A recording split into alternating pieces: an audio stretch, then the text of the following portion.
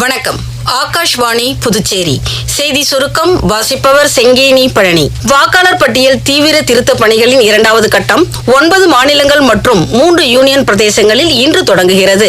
உத்தரப்பிரதேசம், மத்திய பிரதேசம், ராஜஸ்தான், மேற்கு வங்கம், குஜராத், சத்தீஸ்கர், கேரளா, அசாம், தமிழ்நாடு மற்றும் அந்தமான் நிக்கோபார், லட்சத்தீவுகள், புதுச்சேரி ஆகிய யூனியன் பிரதேசங்களிலும் உள்ள 51 கோடி வாக்காளர்களின் இல்லங்களுக்கு வாக்குச்சாவடி நிலை அலுவலர்கள் சென்று கணக்கெடுப்பு பணியை நடத்த உள்ளனர். தகுதியான வாக்காளர்கள் வாக்காளர் பட்டியலில் இருந்து விடுபடாமல் இருப்பதை உறுதிப்படுத்தவும், தகுதியற்ற வாக்காளர்களை நீக்கவும் இப்பணி நடைபெற உள்ளதாக தேர்தல் ஆணையம் கூறியுள்ளது. பிஜேபி மூத்த தலைவரும் பிரதமருமான திரு நரேந்திர மோடி பீகார் மாநிலத்தில் எனது வாக்குச்சாவடி வலிமையான வாக்குச்சாவடி என்ற இயக்கத்தின் கீழ் பெண் வாக்காளர்களுடன் இன்று கலந்துரையாட உள்ளார். இந்நிகழ்ச்சியில் பங்கேற்க தாம் மிகுந்த உற்சாகத்துடன் இருப்பதாக சமூக வலைதளத்தில் அவர் தெரிவித்துள்ளார்.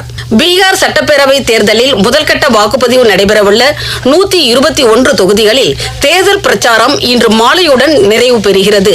இதனை அடுத்து அரசியல் கட்சியின் வேட்பாளர்கள் இறுதிக்கட்ட பிரச்சாரத்தில் ஈடுபட்டுள்ளனர். புதுச்சேரியில் சிறப்பு தீவிர வாக்காளர் பட்டியல் திருத்தப் பணிகளின் கீழ் வீடு வீடாக சென்று கணக்கெடுக்கும் பணிகள் இன்று முதல் டிசம்பர் 4ஆம் தேதி வரை நடைபெற உள்ளன.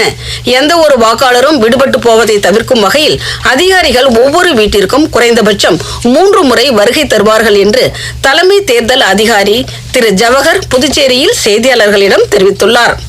இப்பணிகளை தொடர்ந்து வரைவு வாக்காளர் பட்டியல் டிசம்பர் 9ஆம் தேதி வெளியிடப்படும் என்றும் 2026 ஜனவரி 8 வரை கோரிக்கைகள் மற்றும் ஆட்சேபனைகளை தாக்கல் செய்யலாம் என்றும் திரு ஜவஹர் தெரிவித்தார். கோரிக்கைகள் மற்றும் ஆட்சேபனைகள் மீது ஜனவரி 31ஆம் தேதி வரை விசாரணை நடைபெறும் என்றும் அதனைத் தொடர்ந்து 2026 பிப்ரவரி 7ஆம் தேதி இறுதி வாக்காளர் பட்டியல் வெளியிடப்படும் என்றும் அவர் தெரிவித்தார்.